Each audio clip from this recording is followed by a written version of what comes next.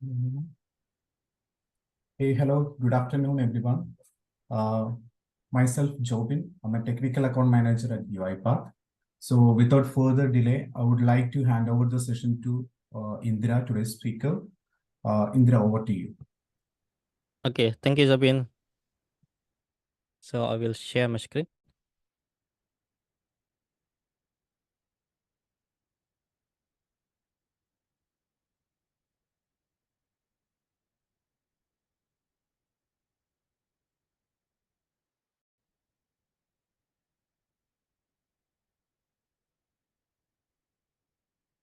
Okay, so everyone can see my screen. Yes, Indira, it's visible. Okay, cool. Okay, so Zabin, so next we will speak in Indonesian language. So thank you so much for the support. So I will take over the all the session. Thank you so much again. Yeah, all the best. Go ahead. Okay, cool. Eh, s- oke teman-teman, bapak-bapak dan ibu-ibu, selamat sore semuanya. Terima kasih banyak yang sudah eh, join ke sesi webinar pertama kita yaitu tentang optimalkan produktivitas otomatisasi Anda, UiPath Assistant, Orchestrator, dan robot. Jadi sengaja memilih materi ini sebelum kita eh, ke step berikutnya itu tentang AI karena saat ini AI sudah banyak booming tapi kita masih stuck aja di non AI. Jadi ini sebagai refreshing aja. Jadi bagi yang pemula yang baru tahu tentang UiPath, kalian bebas bertanya, interrupt kapanpun atau bisa chatting ya. Terus yang udah berpengalaman mungkin ada beberapa fitur yang belum kalian tahu. Jadi ini sekalian juga membahas fitur-fitur terbaru yang ada di eh, komponen core yang ada di UiPath. Ya, oke langsung saja ke materi ya. Jadi sesi kita akan berjalan kurang lebih 1 jam dan juga tolong tolong di monitoring karena di akhir sesi akan ada kuis ya yang berhadiah Rp100.000 untuk satu pemenang. Ya, oke jadi agenda kita hari ini yaitu tentang perkenalan dulu tentang UiPath, apa itu UiPath, kenapa memilih UiPath. Kedua tentang orkestrator, ketiga UiPath Studio, keempat UiPath Robot, dan kelima yaitu kuis. Oke, perkenalan dulu ya UiPath itu. Kenapa kita memilih UiPath ya? Tapi sebelum itu saya memperkenalkan diri tentang diri saya sendiri. Saya adalah nama saya Indra, ya. Saya aktif di forum dengan ID Irahman, ya. Kalian bisa cek atau tag saya langsung di situ. Ya kalau kalian ada pertanyaan, kalian bisa langsung bikin topik dengan bahasa Indonesia juga nggak ada masalah, ya. Nanti akan ada yang membalas pakai bahasa Inggris karena udah support auto translate. Ya, terus saya udah memiliki title NVP tahun 2022 dan 2004 ya. Tapi karena base saya ada di Thailand, jadi saya mewakili Thailand. Jadi saya berharap banget untuk tahun depan mungkin ada perwakilan dari Indonesia. Gitu. Berikutnya saya aktif di TikTok juga ya. Saat ini ada beberapa video yang udah MVP sudah FYP ya kata orang itu, ya lumayan lah. Terus ada Telegram saat ini, terima kasih banyak untuk support kalian udah hampir tembus 1.000 ya, sedikit lagi nih 1.000. Terus yang di YouTube juga ada cuman nggak begitu up to date, jadi saya fokus ke dua ini dulu gitu.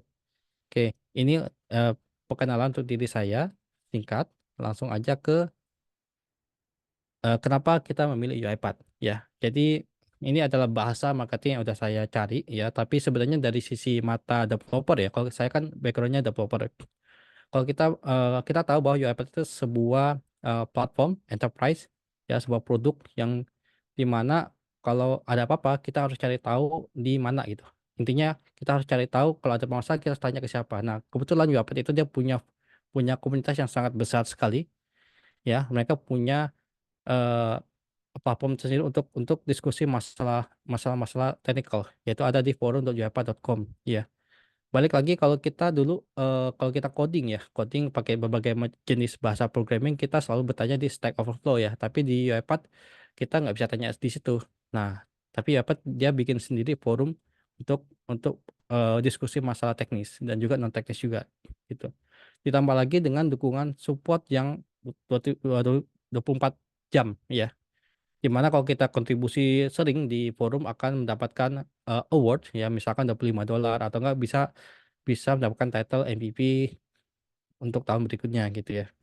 Ditambah lagi di support juga dengan komunitas yang saya bikin sendiri yang ada di Telegram.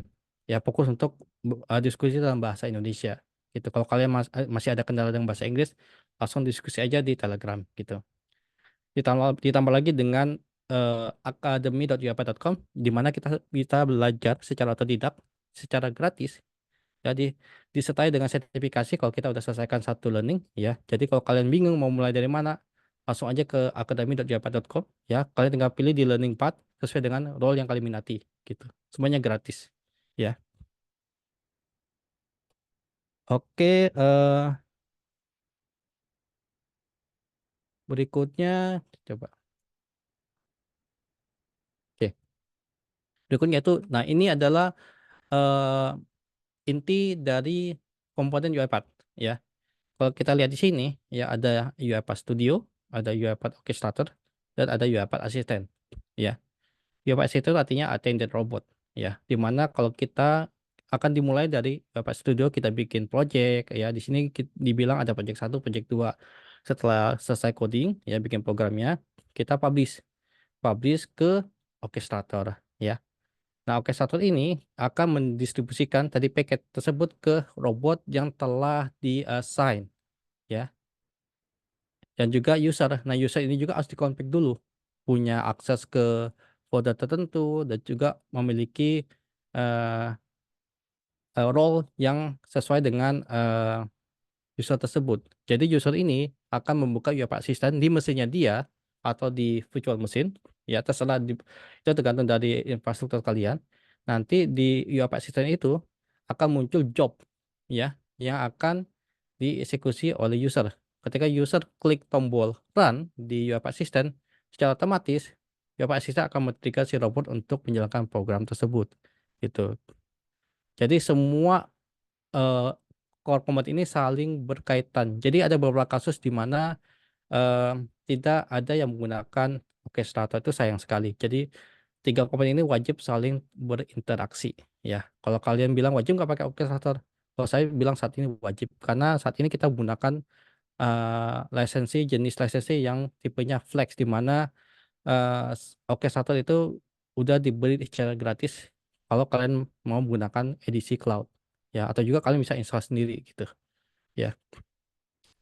Oke, lanjut berikutnya. Oke, eh itu saya akan membahas tentang UiPath Orchestrator ya. Nah, UiPath Orchestrator itu ada tiga apa ini? Ada tiga itulah tiga interface ya. Ada web ya, ada support web juga, support API juga, support mobile app. API ini misalkan ada user yang nggak mau login ke Orchestrator yang versi webnya, tapi kalian bisa bikin sendiri halaman tersendiri di aplikasi kalian, di web aplikasi kalian, di mana robot-robot tersebut akan langsung men-trigger si API yang ada di Orchestrator gitu ya.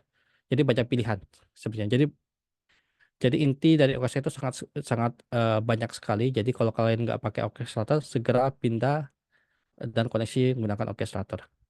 Oke. Jadi apa itu orchestrator ya? Jadi orchestrator itu eh, dapat menerapkan, mengelola, memantau, dan mengoptimalkan seluruh siklus hidup otomatisasi UiPath dengan aman. Ya, Eh, kemampuannya tadi ada UI web, ada REST API. Ya, jadi semua inti itu adalah kita bisa monitoring aktivitas robot melalui orchestrator. Ya, misalkan robotnya tiba-tiba down, misalkan jobnya error atau segala macam kita bisa cek lewat satu platform yaitu Orchestrator. Nah, ada tiga manfaat ya. Pertama yaitu dari biaya total kepemilikan yang lebih rendah. Jadi menggunakan Orchestrator itu saling berintegrasi ya, saling berintegrasi antara studio robot. Kemudian mengurangi resiko. Terus yang terakhir itu perluas dan pahami ROI ya, return of investment ya. Jadi ya kalau kita nggak pakai orkestra kita nggak bisa ngitung. Nanti saya ada use case ya. Ya. Terus kemudian keuntungan dan kemampuan. ya, keuntungan dan kemampuan. Nah, ini banyak sekali ya keuntungan dan kemampuan, tapi saya udah kasih bold yang sudah saya alami gitu ya, yang sering saya alami. Yang pertama yaitu proses yang berjalan lama. Dari sini kita ketahuan nih, dia jalannya dari kapan dan sampai kapan, atau enggak statusnya masih running gitu ya. Antrian transaksi. Nah, ini kita bisa cek nih, misalkan kita banyak banyak job yang jalan, tapi kita memiliki keterbatasan robot. Ya kita bisa cek mana yang sedang running dan mana yang masih pending, gitu ya. Otomatisasi pemicu. Nah, ini kita bisa bikin time trigger atau schedule untuk mengeksekusi unattended robot, ya. Prioritas dan antrian. Nah, ini kita bisa ganti prioritas, skala prioritas. Job mana yang skala prioritasnya lebih tinggi, lebih rendah, medium, dan segala macam. Ya, dan juga udah support sesuai dengan antriannya, ya. Terus implementasi tanpa sentuhan. Nah, ini artinya ya kalau misalkan eh apa ya, sampai sentuhan itu kayak drag and drop aja sebenarnya sih. Gitu. Terus misalkan kalian mau set si job ini tidak boleh diakses oleh folder mana, ya tinggal mainkan assignment yang ada di folder gitu ya. Terus pencatatan kegagalan dan percobaan ulang transaksi. Nah, ini kalau ada apa-apa kita bisa cek di log ya. Terus pemecahan masalah bawaan dengan streaming langsung dan perekam video. Nah, ini adalah fitur baru ya, di mana kita bisa cek rekaman rekaman sesuai dengan opsi yang kita pilih. Jadi misalkan log kalian kurang kurang lengkap ya. Nah, itu udah disertai rekaman gitu. Jadi kalian bisa lihat rekam. Jadi kalau di on-prem itu sesuai pengalaman saya itu dia maksimal 15 menit gitu ya. Tapi kalau yang cloud saya belum ada pengalaman sih. Mungkin teman-teman bisa sharing gitu ya. Terus ada sistem manajemen akses berbasis peran yang dapat disesuaikan. Nah, ini role ya, ada banyak role yang udah tersedia di Orchestrator, atau juga kalian misalkan kurang puas, kalian bisa custom dari role yang sudah ada ya.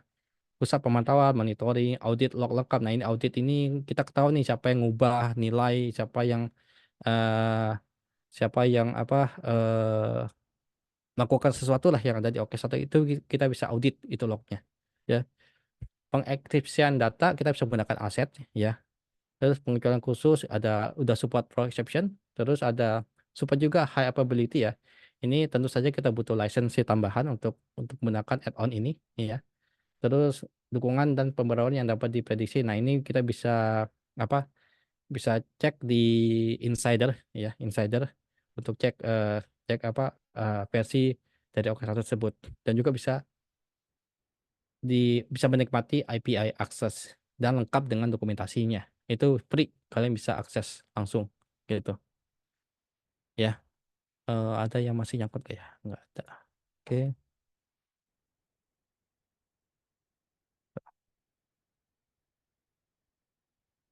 oke, langsung aja ke slide berikutnya. Nah, ini adalah rupa yang ada di Orchestrator dan bagaimana cara Orchestrator itu beroperasi. Jadi ketika kalian login, terus kalian masuk ke halaman Orchestrator, di level tenant itu udah tersedia ini resource. Kita sebutnya resource ya, ada home ya, ada home, automation, monitoring ya, untuk monitoring aja. Monitoring misalkan monitoring job yang sedang berjalan atau job yang sudah eh, selesai, itu bisa kita cek di sini. Ada queue, ada aset, ada storage basket ya. Ini biasanya kita pakai untuk penggunaan dokumen understanding ya, tapi bisa juga digunakan untuk penyimpanan file config gitu ya. Terus testing, pengujian memungkinkan penentuan dan pengenalan pengujian. Testing untuk saya jarang pakai testing karena testing ini kita butuh lisensi tambahan, jadi entar dulu gitu ya. Butuh lisensi tambahan dan butuh robot testing juga gitu ya. Nah, testing ini setting buat itu aja, saya setting yang ada di halaman misalkan setting time zone deh, minimal ya time zone, atau public holiday bisa kalian setting di sini ya.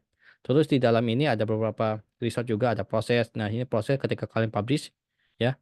Publish itu otomatis akan muncul di sini jika kalian publishnya lewat My Workspace itu. Dia otomatis terregister. Tapi kalau di bawah folder, dia mau nggak mau harus manual dulu registernya gitu ya. Ada aset juga, ada queue, ada trigger, user, ada mesin ya.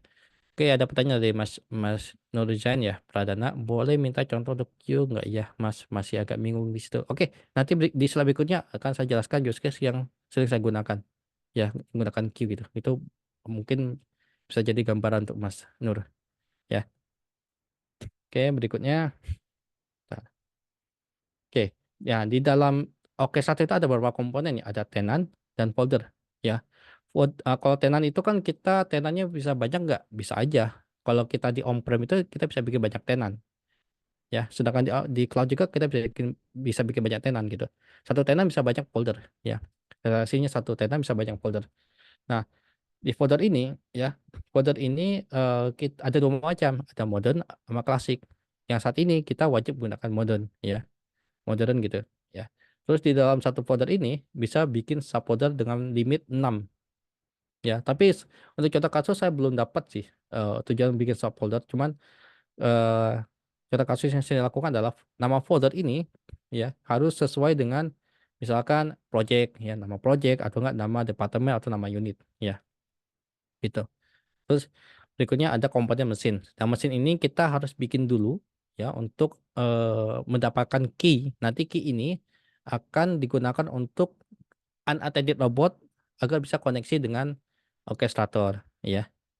Mesin ini khusus untuk unattended robot ya. Terus ada user. Nah, user ini kita harus daftarkan dulu nih user yang mana dulu, user yang bisa coding, yang bisa punya akses ke studio ya. Artinya kalau dia mau buka studio dia harus punya lisensi automation developer ya kan. Terus kalau usernya mau user untuk attended robot ya kasih lisensinya automation user gitu ya. Dan seterusnya. Terus juga dilengkapi dengan user role. User role-nya banyak yang tersedia di UiPath ya. Cuman kalau masih kurang puas kalian bisa custom juga. Tuh. Terus berikutnya ada package ya kalau pas kalian install kalian bisa lihat tuh package-nya yang secara default akan ter terdownload atau udah siap dipakai gitu ya. Terus ada library juga, ini library secara common sih, secara general itu siap dipakai gitu. Tapi kalau ada third party mau nggak mau kalian harus upload manual ya. Kalau kalian ada third party library upload dulu secara manual gitu ya. Oke, komponen berikutnya itu yang paling penting ada logs ya. Logs ini sangat penting sekali digunakan digunakan di orchestrator untuk men-tracing jika terjadi error ya. Dan juga katanya bisa digunakan untuk platform BI. Kalau BI sih pengalaman saya sering integrasi dengan Kibana plus Elasticsearch ya. Cuma untuk platform lain saya belum belum pernah sih. Mungkin teman-teman ada yang pernah silakan di-share gitu ya.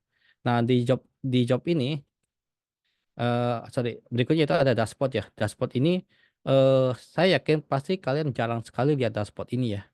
Ya kan?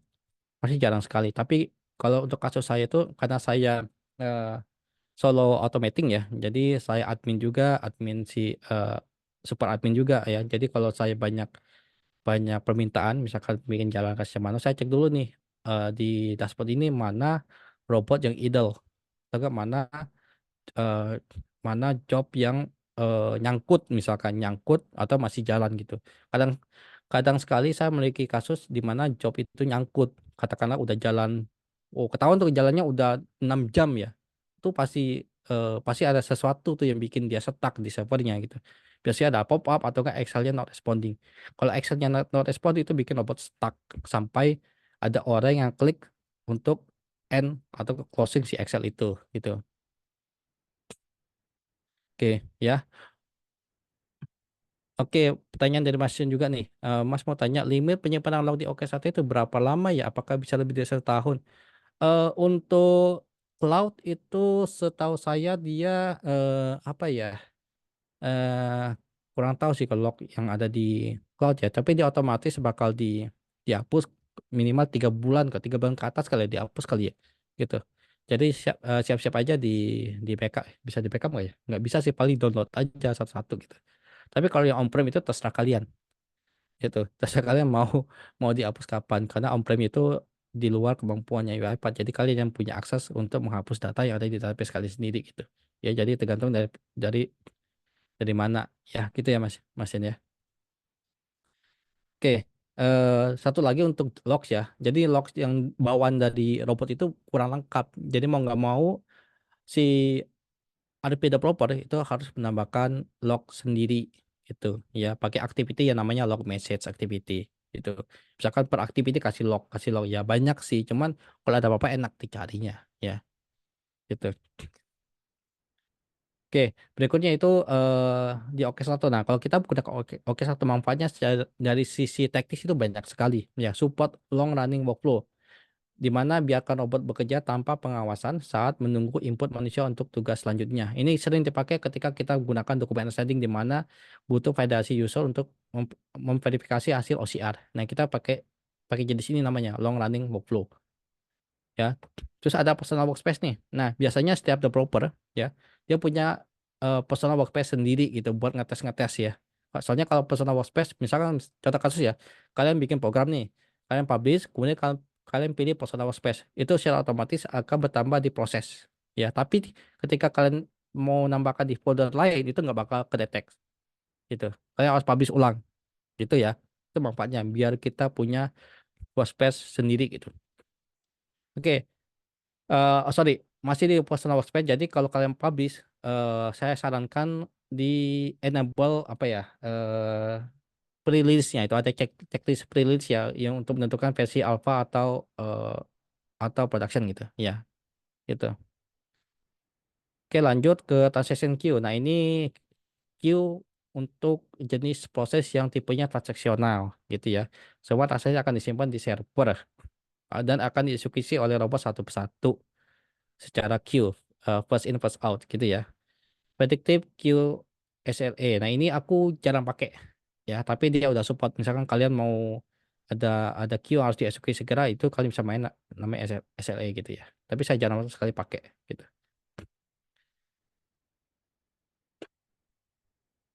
Oke, berikutnya yaitu ada automation trigger. Itu bahasa dulunya itu schedule ya. Tapi karena dia ada dua macam, trigger time sama trigger queue ya. Jadi trigger time itu scheduling ya, kita bisa set waktu tertentu untuk mengeksekusi job agar di running oleh robot, atau enggak satunya lagi yaitu trigger queue. Jika ada trigger tambahan dari proses A, itu akan otomatis akan men-trigger si proses B gitu ya. Itu fungsinya trigger queue. Terus berikutnya prioritas level for job dan queue. Nah, priority ini bisa di set nih di level job ya. Mau misalkan kalian contoh kasus, misalkan ada katakanlah ada dua job ya, ada dua job dengan time time trigger yang sama jam 9, katakan jam 9 ya. Terus kan orchestrator bakal mengeksekusi tergantung prioritasnya. Kalau prioritasnya kalian nggak set ya, misalkan semuanya medium, katakan medium, itu orchestratornya ya terserah orchestrator sih dia mau jalankan mana dulu gitu. Tapi kalau kalian udah set priority, misalkan si proses A prioritinya paling tinggi, ya itu dulu yang dijalankan gitu ya. Sama dengan yang queue. Kalau queue itu kalau kalian cek di properti dia ada prioritas, misal ada waktu, ada data segala macam. Nah itu juga support gitu. Tapi aku jarang pakai sih itu. Cuma paling banyak itu mainnya di job, di level job untuk main priority gitu ya. Udah support mobile mobile app juga ya. Ini sangat berguna ketika kalian ketika kalian menggunakan automation cloud. Itu mobile mobile app sangat berfungsi sekali. Misalkan kalian lagi liburan, tiba-tiba user kalian teriak gitu ya. Ini kenapa error, kalian bisa cek langsung gitu ya. Tapi kalau yang on-prem ya itu agak berat sih, harus bawa laptop gitu ya. Insight. Oke, Insight ini fitur tambahan ya. Fitur tambahan. Kalian bisa pakai juga, tapi saat ini untuk dashboard ya kalau cukup nggak perlu. Kalau mau lebih custom lagi, lebih detail, kalian bisa pakai Insight. Gitu. Oke, berikutnya. Oke, lower ke bicara task deployment. Oke, ini yang tadi saya bilang, kalian kalau mau assignment itu tinggal main di sini. Gitu. Sebentar ya, ada yang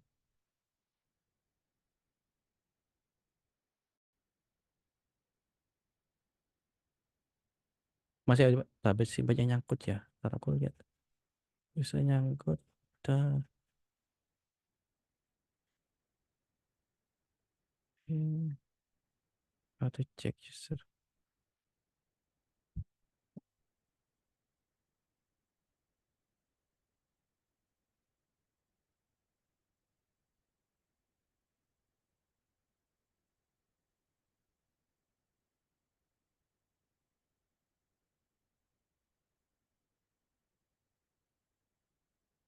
Ntar aku si Jobitnya udah live ya. Oke, katanya saya host ntar ya. Banyak yang nyangkut katanya. Ngeceknya di mana ya? Ngeceknya Zoom ini ya. Tet, tet, tet, tet.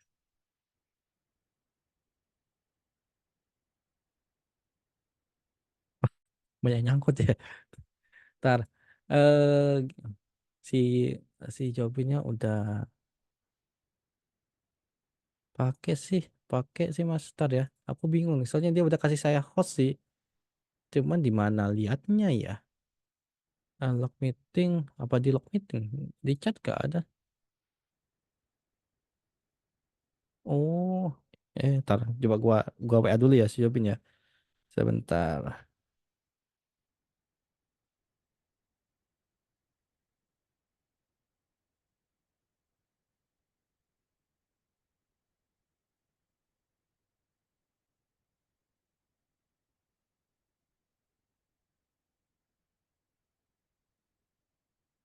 Ya udah saya WA ya, tunggu ya.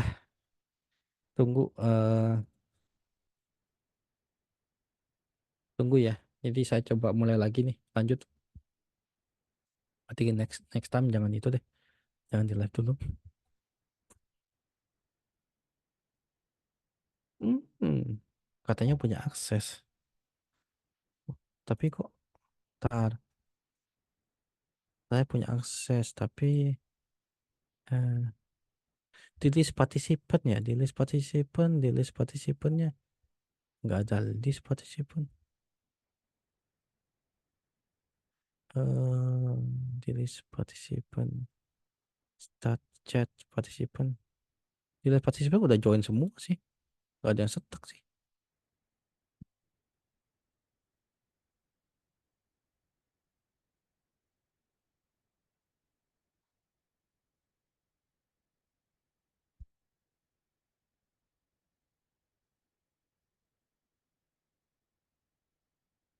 Admin, oh,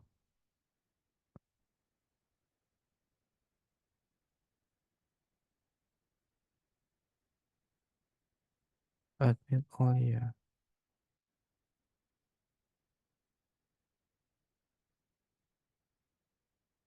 Simulation jam, oke.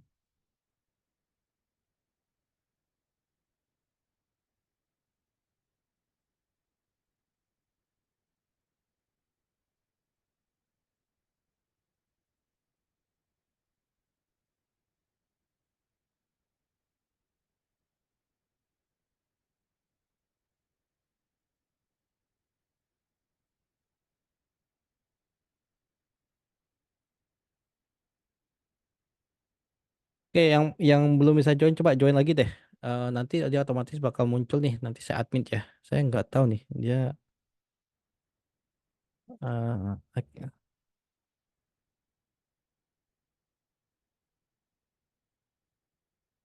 Yang masih stuck coba deh ikutin apa pakai link yang dari community ya. Ini linknya aneh sih.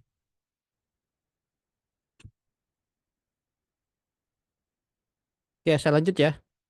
Lanjut dulu. Coba saya cek the chat dulu sebelum lanjut. Ini dari Mas Mas Eka ya. Mas Indah atau teman-teman ada yang pengalaman pakai AI Center kah? Model Bound apa yang di situ available nggak? Nggak ya kira-kira. Oke, untuk AI itu bakal dibahas di sesi berikutnya ya. Jadi materi kali ini nggak berkaitan dengan AI. Jadi sharing sedikit, UI4 AI sekarang lebih bagus daripada yang dulu. Itu aja sih. Lebih bagus daripada yang dulu. Iya. Jadi kalau kalian mau pakai AI Center, kalian bisa pakai sekarang gitu. Kalau soalnya kalau dulu itu kurang itu ya, kurang hasilnya kurang itu. Tapi sekarang udah oke lah gitu. Ya, itu aja sih Mas Eka bisa saya share ya. Gitu.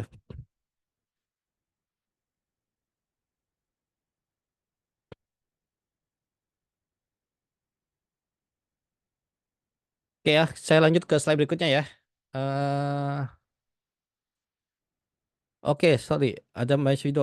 Ya Pak, ini cuma ada Windows aja atau Linux juga ada ya? Linux belum ada, tapi Mac udah ada. Saya udah tadi baca dokumen terakhir, dia ternyata udah support Mac dia. Gitu. Kalau Linux cuman bisa install automation suite, ya, automation suite, ya, itu ya. Itu aja sih untuk Linux, gitu. Jadi kalau mau belajar instalasi, ya pakai coba instalasi automation suite. Itu kalian bisa cek di Akademi. Akademi itu ada cara install automation suite training gitu. Coba belajar itu deh. Soalnya saya juga lagi belajar di situ. Ya, itu ya Mas Yudo ya.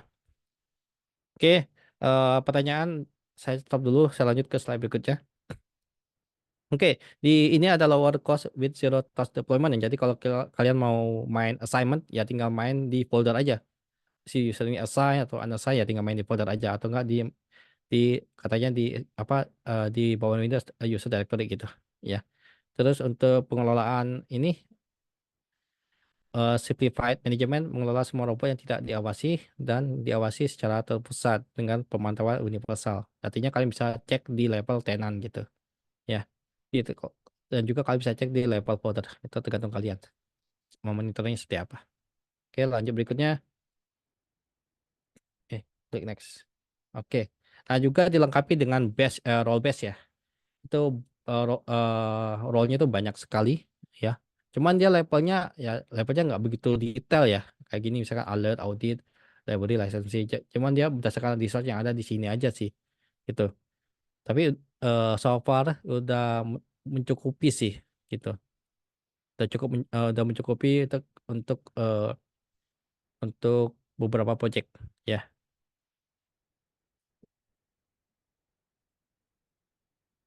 Oke, tadi ya coba.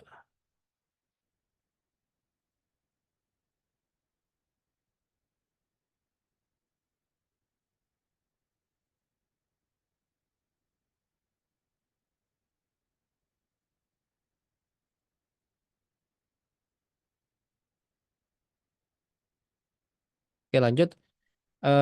Authentication integration. Untuk on-prem saya kurang tahu ya, tapi eh, untuk cloud udah otomatis support ya tadi yang Google gitu. Saya pakai Google gitu. Ya. Untuk on-prem kalian harus enable di settingan gitu. Tapi saya belum pernah pakai sih. Jarang sekali sih. Oke, lanjut centralized monitoring ya, ini log ya. Kalau ada error kita bisa cek nih. Lognya seperti ini ya, tanggal jam berapa dimulainya, jam berapa selesainya, terus robot yang jalan ini siapa gitu kan, nama prosesnya siapa gitu. Nah, ini log level ya, ini per eh, per log message activity kayak gini nanti. Oke, makasih Mas Felix. Pakai Azure SSO udah support on-prem gitu. Oke, terus ada full audit log. Nah, ini sangat berguna sekali jika ada orang nakal yang suka gonta-ganti nilai yang ada di aset. Itu aku sering sekali kejadian ya. Tiba-tiba ada orang yang ngubah aset yang menyebabkan error gitu. Nah, ini kita butuh audit nih. Nah, ini juga harus kalian eh, apa ya, memberikan akses ke user juga, jangan satu user untuk pakai semua, jangan gitu. Bikin satu persatu itu ya. Satu user satu misalkan. Jangan satu user akses untuk semua departemen, jangan gitu. Nanti auditnya bingung. Nanti semuanya admin gitu. Ini siapa yang ngubah gitu ya. Jadi saya sarankan buatlah user sesuai dengan kebutuhan. Gitu ya. Oke, oke, ini enkripsi terutama aset ya, aset kredensial wajib dipakai kalau kalian mau ada proses yang akan melakukan login ke third party, pakai aset kredensial. Juga ada aset value. Jadi aset value itu saran saya sih pakai aja untuk kasus yang jika ada nilai yang sering berubah, tapi jangan terlalu banyak gitu. Kalau banyak nanti capek waktu kalian migrasi. Dulu contoh kasus saya sering pakai aset untuk semua nilai ya. Tiba-tiba ada kasus ternyata servernya kena virus atau enggak orkestratornya kena virus. Jadi database-nya nggak ada backupan gitu ya. Terus waktu kita recovery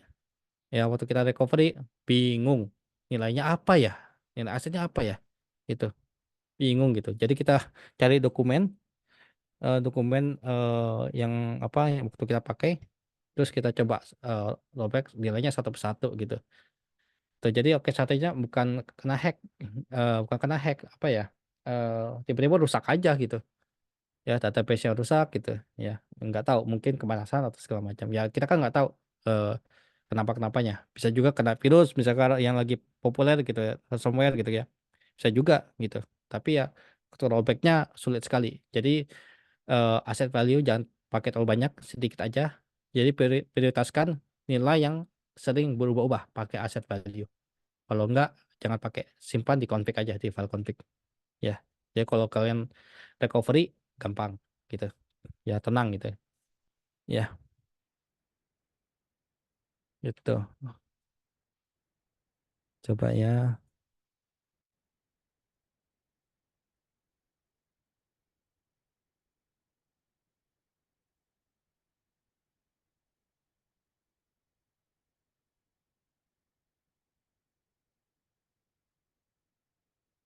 Oke, oke satu bisa kena hack.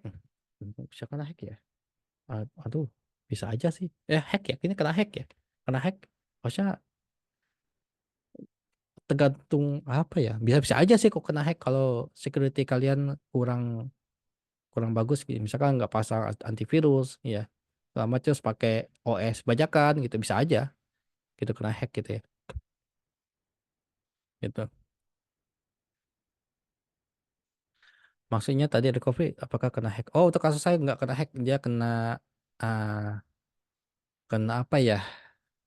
Kenapa ya? Saya lupa sih. Cuman tiba-tiba bilang dari customer eh tiba-tiba database-nya rusak ya. Gitu. Case on-prem. Kalau cloud mah kita tenang, cloud mah tanggung jawabnya UiPath gitu. Kalau on-prem kita sendiri, ya kan? Kalau cloud tanggung jawabnya UiPath. Itu enaknya kalau pakai cloud gitu ya. Kita nggak mau ambil pusing maintenance. Oke, satu ada kayak renewal license, ganti SSL gitu ya. Terus delete data log ya gitu ya. Kalau database penuh gitu, kita nggak perlu maintain itu udah kalau pakai cloud udah otomatis di dilakukan oleh UiPath sendiri.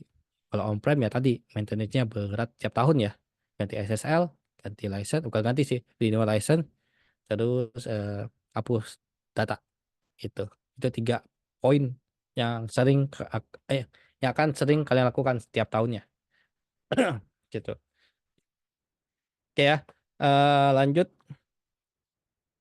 Oke. Untuk extensible, nah di UiPath sendiri ada marketplace-nya. Ini URL-nya ya. Untuk vegetable support insider.uipath.com ya.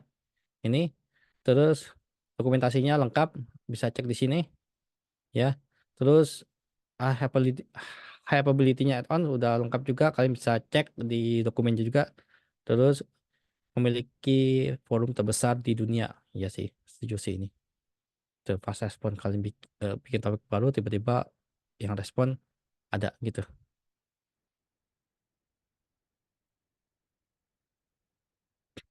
Oke. Oke, lanjut. Sebelum lanjut, saya coba jawab pertanyaan ya. Masih ada tadi pending yang masalah queue ya, nanti ya. Nanti yang queue habis ini, saya tahu.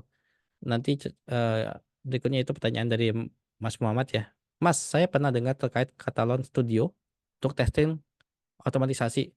Apakah semua project setelah di-develop di UiPath perlu di testing juga menggunakan Catalan Studio? Catalan Studio, Catalan Studio apa ya? Apa ya Mas Muhammad Catalan? Ini maksudnya studio ya? Atau kurang paham sih. Catalan Studio saya baru dengar sih. Gitu. Cuman apakah perlu di testing? Maksudnya di testing ini apa ya? Maksudnya pakai itu ya? Testing apa? Manager gitu ya? Saya kurang paham sih maksudnya. Kalau perlu testing ya, kalau testing ya testing aja. Tapi kalau testing yang dimaksud pakai apa? Robot testing ya balik lagi ke kebijaksanaan vendor kalian gitu.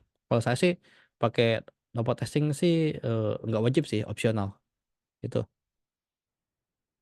Tapi kalau testing ya kita testing di production ada, kalau saya sebutnya sih trial ya.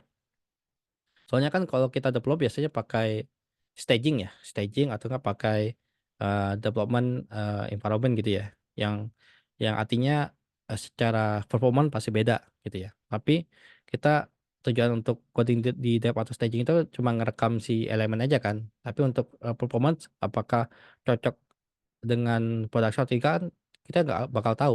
Makanya waktu up ke production kita trial dulu nih beberapa minggu misalkan. Ya kan karena kalau tergantung data juga, kalau datanya ada ya bisa kita tes, kalau datanya nggak ada ya nunggu gitu. Gitu sih Mas Muhammad. Oke, lanjut ke Mas Stefan. Mas, saya dulu pernah pakai AI Center juga apa pas 2000, 2001 mah ya sih. Untuk sekarang apakah masih sama kayak gini statusnya AI Center mesti enterprise dulu kan status dapatnya bisa pakai email pribadi nggak? Dulu ingatnya pakai email lain. Saya sama perlu cost berapa? Bisa integrasi Python nggak? Bisa. Oke. Tuh, tanyanya banyak lagi. Oke, untuk AI Center mesti enterprise eh, eh, eh, masih enterprise ya. eh Kalau yang community plan sih pas saya cek sih udah, oh itu nggak support ya dokumen understanding. Oke, AI Center kita harus wajib pakai lisensi namanya AI Unit ya. Kalau nggak ada AI Unit berarti nggak support ya. Gitu. Pakai email pribadi berarti kalau kita pakai AI Unit kita harus pakai Enterprise atau enggak ya Pro Trial. Artinya kita tidak bisa pakai email pribadi, harus pakai email kantor. Untuk cost eh, Mas bisa DM saya, nanti saya coba tanya-tanya ke koneksi saya berapa tuh harga AI Center gitu ya. Untuk integrasinya pakai Python bisa atau enggak? Bisa-bisa aja Mas pakai Python gitu ya. Cuma cara integrasinya itu saya nggak tahu gitu. Tapi kalau Yapat bisa integrasi ke berbagai macam service. Itu pasti bisa tuh, tenang aja.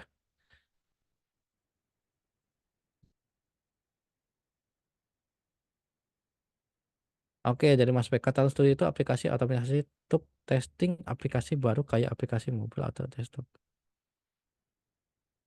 Ih, bentar. Kata Studio itu. Ini bukan studio studio UiPath ya? Kata Studio kan ya? Coba saya googling dulu deh. Kata Studio. Semuanya sama.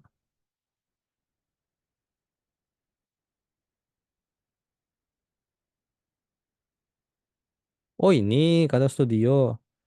Oh, oke oke. Oke, tangkap.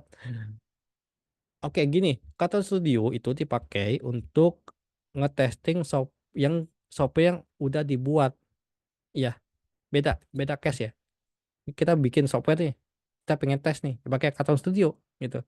Kalau Java Studio kan kita meng mengotomasikan aplikasi yang udah jadi, udah berjalan gitu. Jadi beda case gitu. Jangan disamakan ya, gitu. Karena RP itu kan kita mengotomasikan bisnis yang sedang berjalan, yang sudah berjalan nih, artinya aplikasinya udah dipakai gitu kan. Terus kalau pakai Katalog Studio kan kiranya aplikasinya belum dipakai sama user nih, kita harus tes dulu nih, ya kan? Performance seperti apa, segala macam, ya segala macam lah gitu. Baru kita deliver ke user, itu beda banget kasusnya. Gitu. Jadi beda case gitu sih, Mas. Oke ya, lanjut ya Mas Mas DA Endo. Halo Kak, saya baru belajar untuk Java sendiri itu berjalannya di layar atau gimana? Soalnya nyoba ibu nyoba ibu berjalan di depan layar. Maksudnya gimana ya? Soalnya baru nyoba ibu berjalan di depan layar. Apakah Java itu dapat diartikan sebagai tool untuk otomatis secara keseluruhan? Oke, untuk yang pemula, kalian bisa belajar secara otodidak di academy.java.com ya. Itu kalian kalau kalian tinggal pilih di ada menu learning path ya. Kalian bisa pilih sesuai dengan background kalian gitu ya. Untuk IAPAT eh, bisa menghandle semua use case so far ya. So far udah bisa menghandle semua case gitu. Gitu ya Mas Endo. Oke, lanjut ke Mas Galuh. Mas, ada contoh case robot plus AI. Sejauh apa implementasinya? Robot plus AI ya? Ya itu sih yang berkaitan dengan dokumen understanding sih. Itu kayak extract invoice, setelah invoice di extract nanti otomatis diinput ke katakanlah ke SAP gitu kan. Itu sih kita butuh AI untuk misalkan untuk auto koreksi terhadap nilai OCR yang kurang akurat gitu sih, Mas. Karena kalau kebanyakan AI kan contoh kasus AI-nya rata-rata user pengen pakai AI untuk pengambilan keputusan, tapi eh tidak rekomendasi saat ini. Takutnya kalau berkaitan dengan duit itu eh, bisa beresiko tinggi gitu. Jadi so far paling di kasus ekstrak dokumen gitu sih Mas. Oke ya, lanjut ke slide berikutnya ya. Jadi di Oke 1 itu udah support ini ya, recording ya. Ada live streaming, remote control, video recording untuk unattended robot.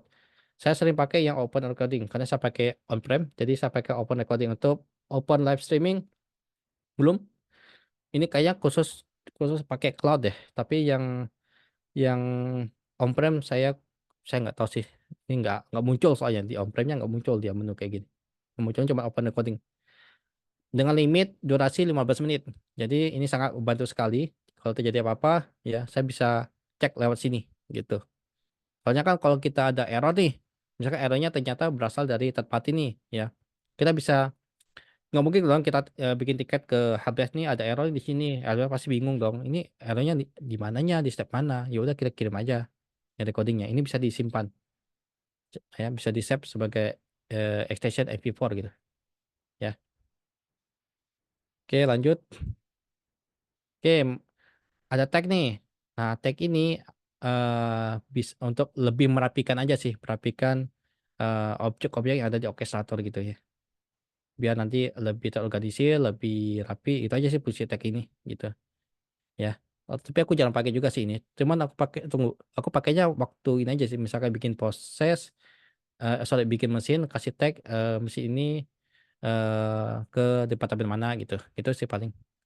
Tapi untuk lebih jauh saya belum tahu sih manfaatnya sih. Gitu ya. Terus ada queue nih, ada queue retention. Nah, di queue ini kita bisa otomatis simpan nih.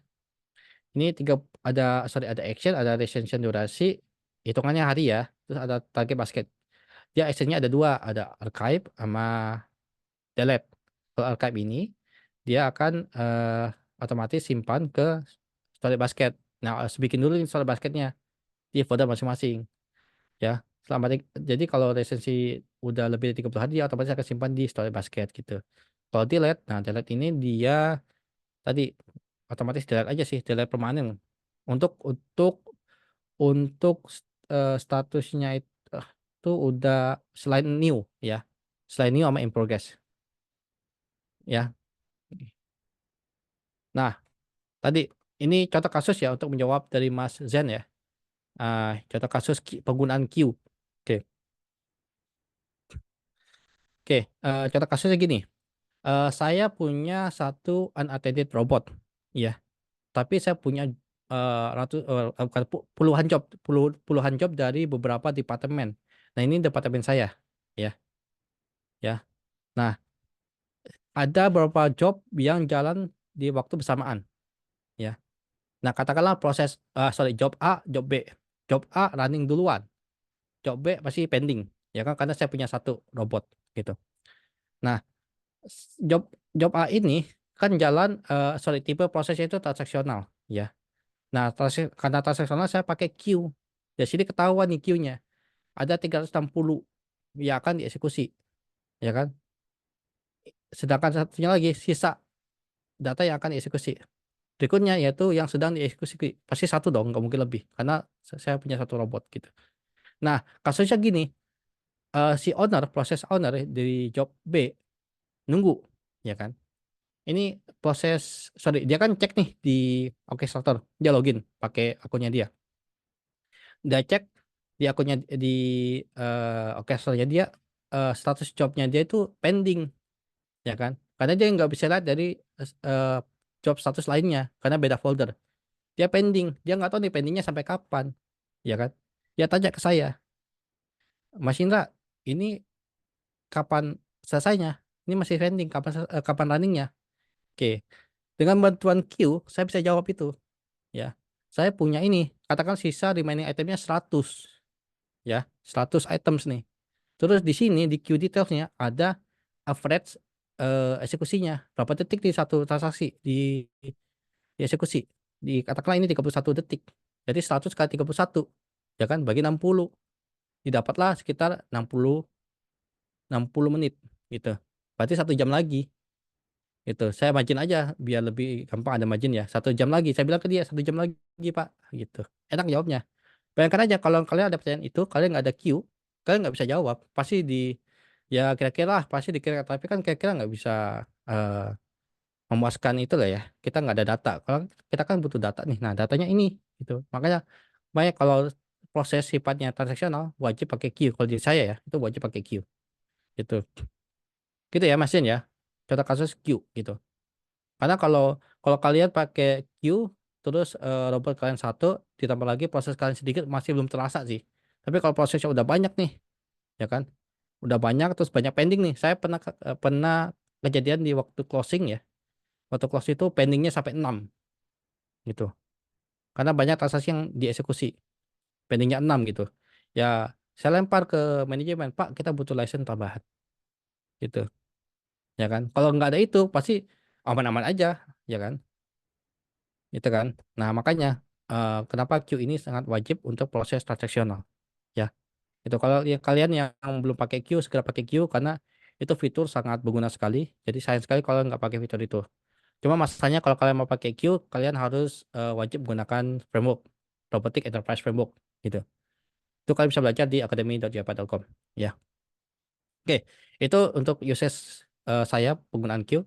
Balik lagi ke pertanyaan dari Mbak Safira ya. Mas, kalau cuma ada satu unattended bisa pakai dua mesin nggak Mas? Satu untuk running proses, satu lagi untuk develop. Sebentar, sebentar. Saya. Eh,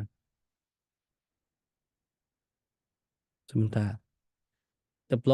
Develop kita harus pakai lisensi beda. Soalnya develop itu kita harus pakai lisensi automation developer gitu. Sedangkan unattended kita pakai lisensi unattended robot runtime gitu. Jadi beda beda license. Jadi nggak bisa gitu. Kalau pak ya ya nggak bisa sih. Tapi kalau diakalin sih bisa-bisa aja sih sebenarnya. Cuman saya nggak rekomendasi ya gitu. Itu sih Mbak Safir.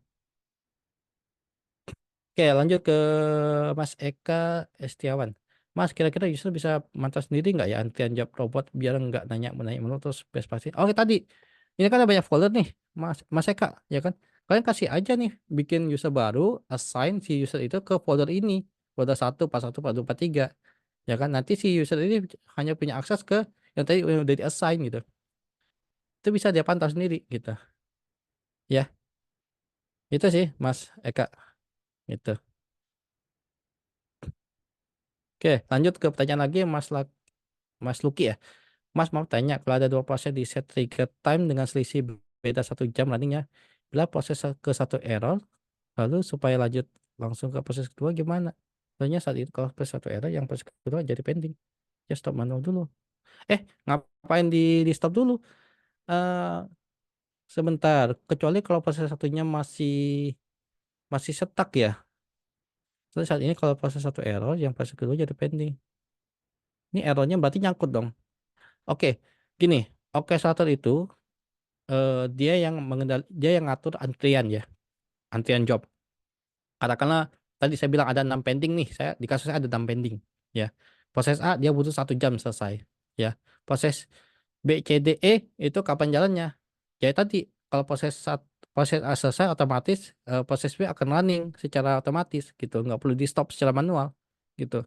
Tapi ada time outnya ya, ada time outnya gitu. Atau enggak di mana ya? Nanti lah saya coba demo ya habis ini ya. Nanti kita bisa setting misalkan proses A kasih waktu cuman runtime-nya 1 jam itu bisa. Kalau lebih dari 1 jam kita kill aja, kill atau stop gitu. Stop ini contoh stop ya. Stop itu hanya berfungsi jika kalian menggunakan framework. Kalau kalian nggak guna framework, stopnya nggak bakal berfungsi gitu ya. Karena untuk stop ini kalian wajib menggunakan namanya stop activity gitu. Saya lupa deh.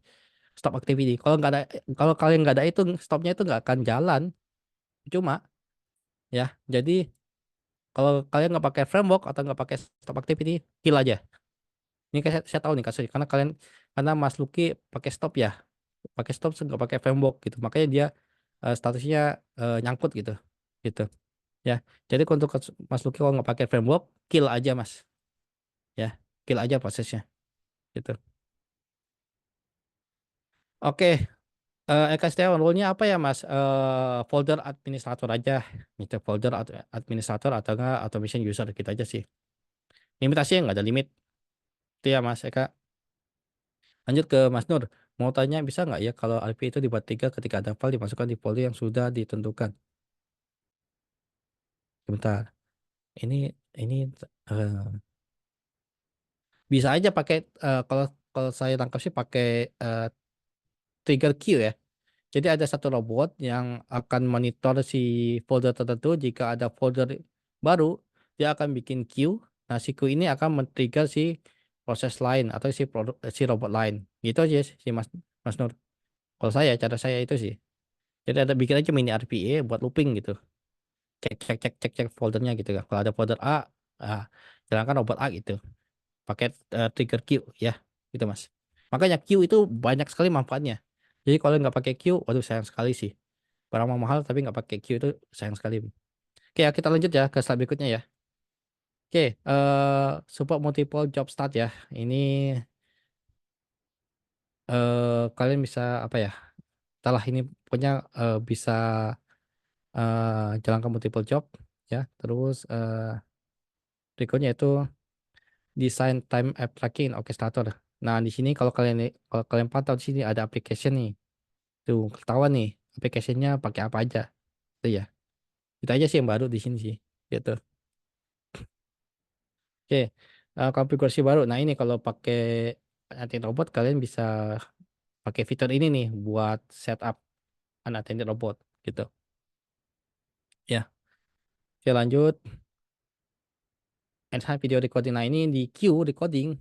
Sorry, untuk video recording udah support untuk level queue gitu ya. Tadi tadi yang live streaming itu di level job. Tapi ini di level queue. Beda ya. Gitu.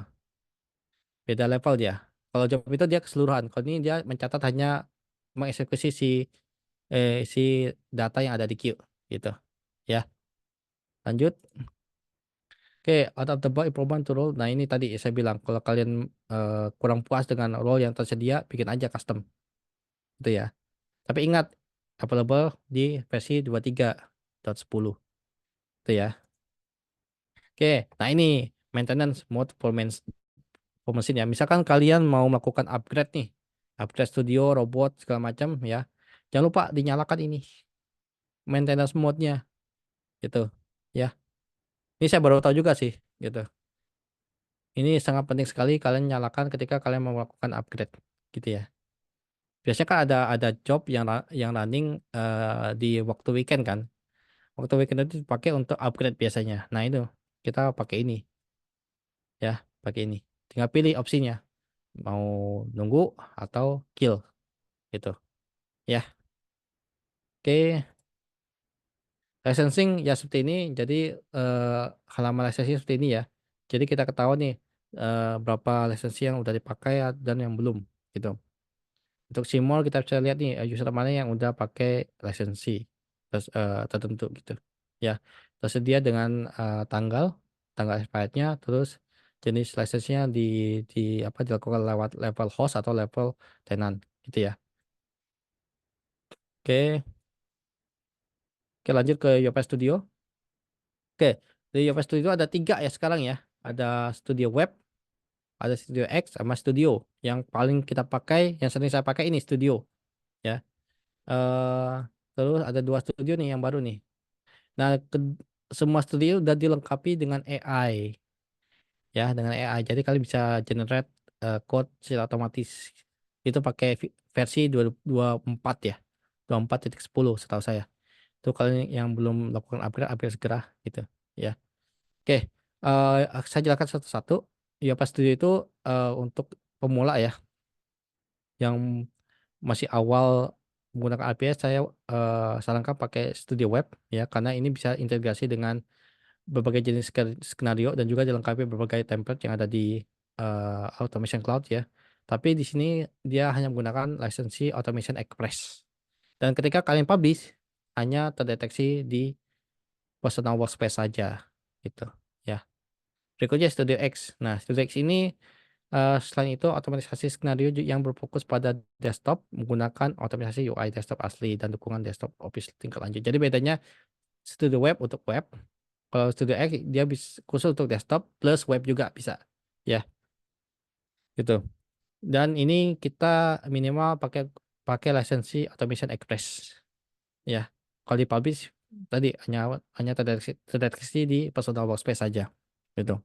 Oke, studio ya kita tahu lah studio kita bisa melakukan berbagai jenis program yang mau skalanya sedang sedang mudah atau kompleks itu kita pakai studio gitu ya. Lisensinya pakai automation developer dan bisa switch menggunakan Studio X gitu. Oke, lanjut. Jadi eh, studio tadi kita bisa debugging, terus bisa recording, workflow recording menggunakan record yang ada di ribbon ya. Terus support sound control juga, terus support berbagai jenis bahasa nih, Python tadi yang ditanyain. Support nih dia. Gitu. Bisa reuse resource gitu ya. Kita bisa bikin template, bisa bikin apa reuse resource juga gitu di studio. Oke, lanjut. Oke, studio web saya jarang pakai sih, cuman saya coba belajar sedikit-sedikit ya di sini karena ini digunakan khusus user yang tidak ada pengalaman programming ya. Jadi dia bikin robot untuk dirinya sendiri. Kalau dipakai untuk orang lain mungkin harus dicoba dulu sih gitu ya. Karena di sini tidak ada no IT dependencies, no installation, no programming experience needed. Nah, ini dia bilang nih, nggak butuh programming experience ya. Udah support cross platform. Jadi kita bisa ekspor nih hasil codingan di web ke studio gitu, ya kan. Terus bisa support API trigger sama web base gitu. Oke, sebelum lanjut balik ke pertanyaan dari Mas atau Mbak nih. Mas kali ya, Mas Safira ya. Kalau on-prem bisa pakai studio web, Mas. Kalau on-prem bisa pakai itu. Aduh, aku gimana jawabnya ya? Setahu saya sih belum bisa sih, Mas. Tuh, karena web adanya di automation cloud. Itu, itu sih, Mas. Oke, ada pertanyaan lagi nggak ya? Oke, nggak ada lagi. Saya lanjut. Oke, lanjut ke robot ya. Robot itu ada dua macam. Sorry, ada tiga sekarang. Ya. Pertama, automation cloud robot. Membangun dan menjalankan robot di UiPath. Automation cloud tanpa infrastruktur. Gitu. Tanpa server atau berbasis mesin virtual. Ya. Terus kedua ada attended robot yang ya yang pernah kita dengar lah ya. Tapi ini kita butuh user untuk men-trigger si proses tersebut atau si job tersebut. Terus kita punya unattended robot. Nah, ini saya sering pakai nih. Mainan saya nih. Ini kalau unattended robot. Gitu. Ya. Bentar ya.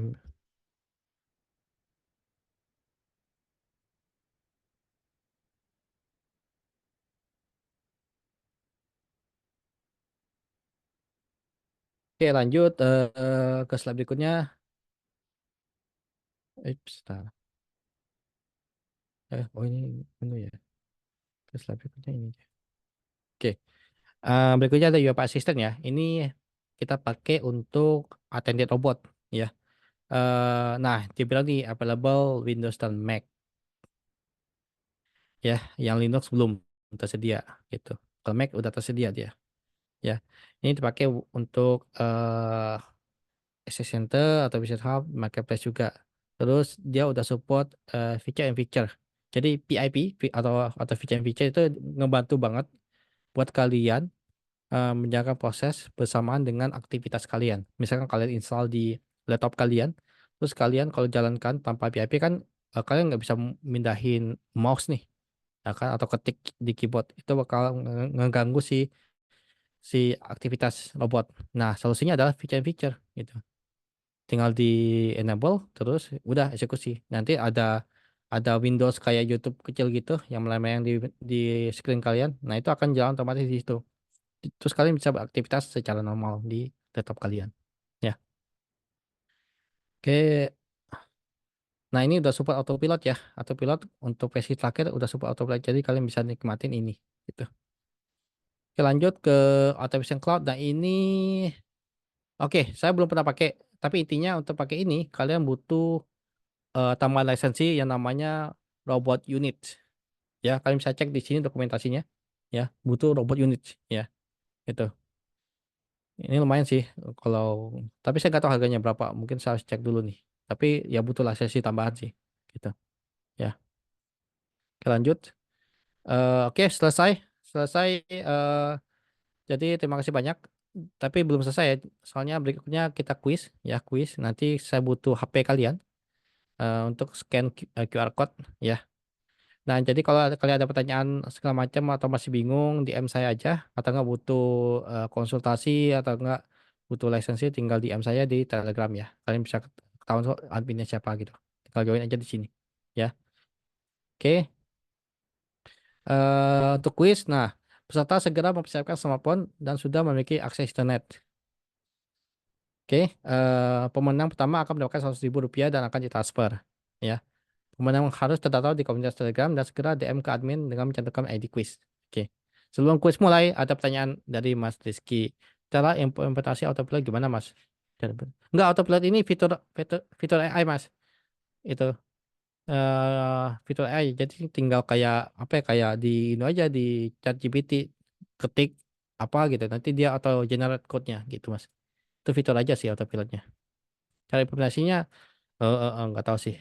Saya nggak tahu sih cara implementasi autopilotnya gimana gitu.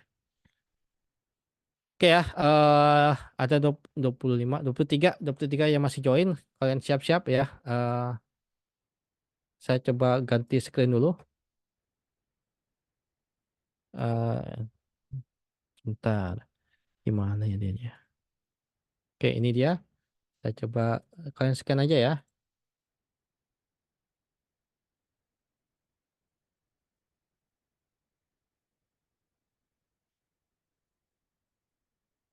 Nah,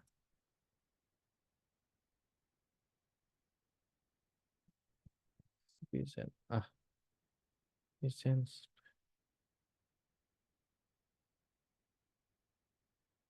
Ah, kok iya gini ya? Oh, lama. Itunya lama. Refresh dulu deh. Nah, oke. Silakan scan dulu. Saya kasih waktu 2 menit. Ya, nggak perlu sign up. Sign up dulu ya. Ya, pakai Mentimeter, Mas. Betul, Mas. Sign up dulu kali ya. Sign in pakai Google aja, Mas. Itu ya. Saya tunggu 2 menit ya. Eh,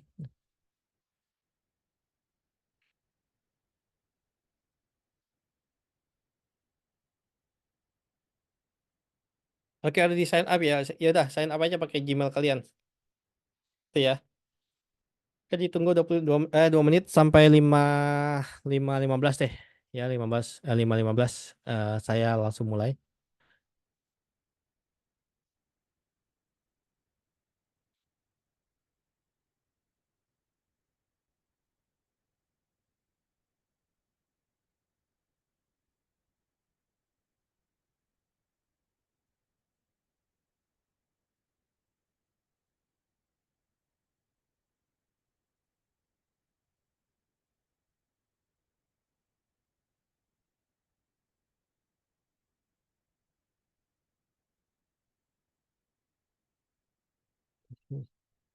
Kalau ada donatur, wah dulu dulu itu hadiah 500.000, sekarang 100.000.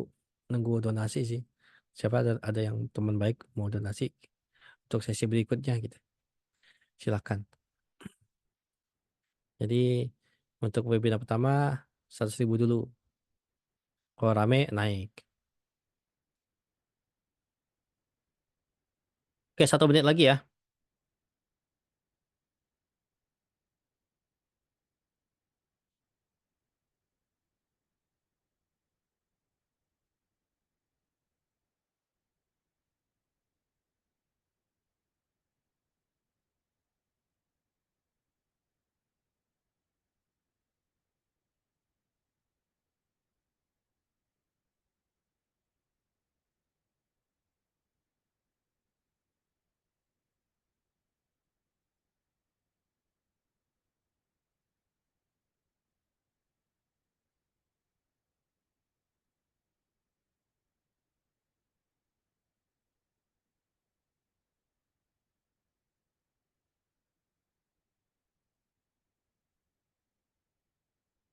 Oke ya, kita mulai aja. Eh,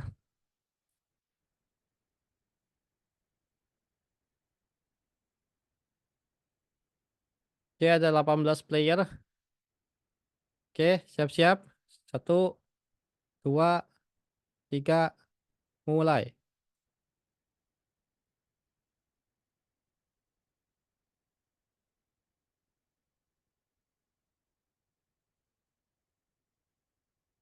Contoh data yang tidak bisa disimpan di OS 1 adalah.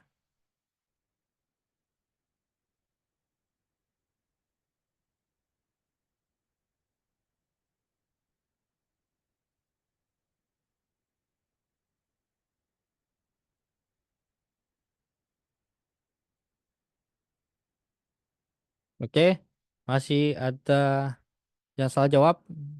Jadi table data itu dia nggak bisa simpan ya di aset kita, di aset value. Hanya hanya nilai yang primitif. Oke, berikutnya. Oke, cek dulu playernya udah siap. Mulai.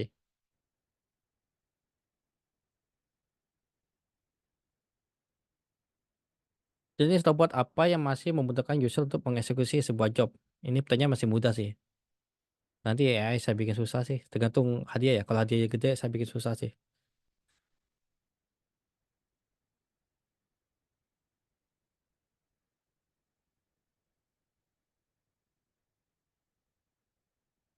Oke, masih ada yang salah.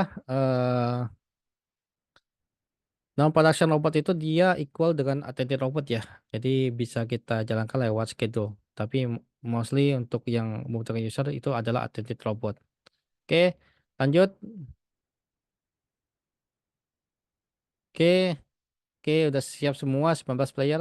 Kita mulai sekarang.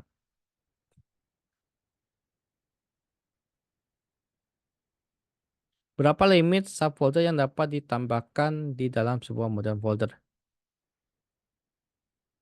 Tadi udah saya jelaskan ya. Kalau masih ada yang salah, aduh,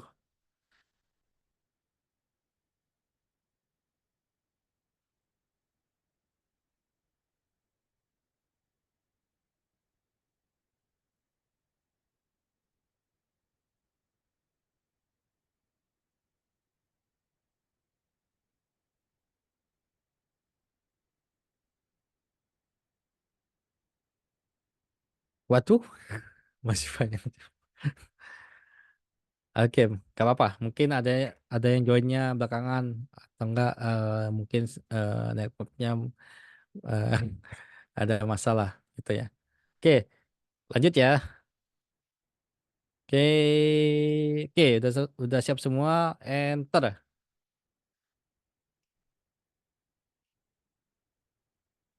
Jenis robot yang bisa jalan secara otomatis melalui trigger time. Oh, trigger time. Maksudnya waktu tiga time tiga sih. Jadi tiga time itu sama dengan schedule ya. Kalau ini masih ada yang salah, aduh aku udah kayaknya butuh apa ya? Balik lagi kali ya materinya ya. Tuh kan masih ada yang salah. Oke, harusnya unattended robot. Aduh, typo lagi. Gak apa deh. Oke, kita lanjut ya. Oke, 18 orang. Oke, satu out. Gak apa-apa deh. Langsung aja mulai.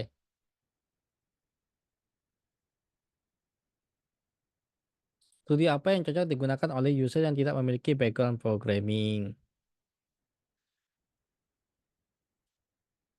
Oke, tadi saya udah jelasin ya. Kalau ini masih ada yang salah, masih ada yang salah ternyata. Oke, terakhir, lanjut. Oke, 18 player ready, kita mulai.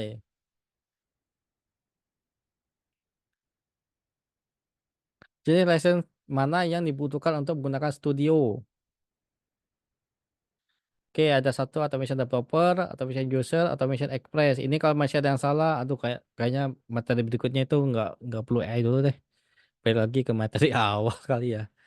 Kalau AI nanti bikin pusing juga nih. Tuh, sengaja bikin materi ini biar bisa ngukur masih ada yang salah atau enggak.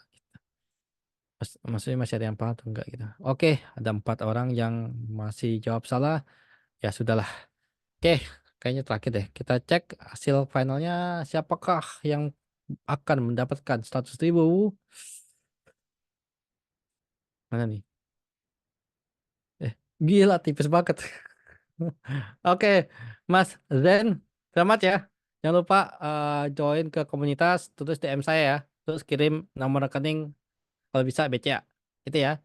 Oke, teman-teman, terima kasih banyak semuanya. Nah, kita jumpa lagi di sesi berikutnya. Oke, selamat sore semuanya. Terima kasih banyak buat hari ini. Hi Jobin, we are finished. Thank you so much for your support. Are you there? Things. Oke, I think he left. Oke, terima kasih semuanya. Bye bye. Dan cara matiin ini. You and you stand stop here.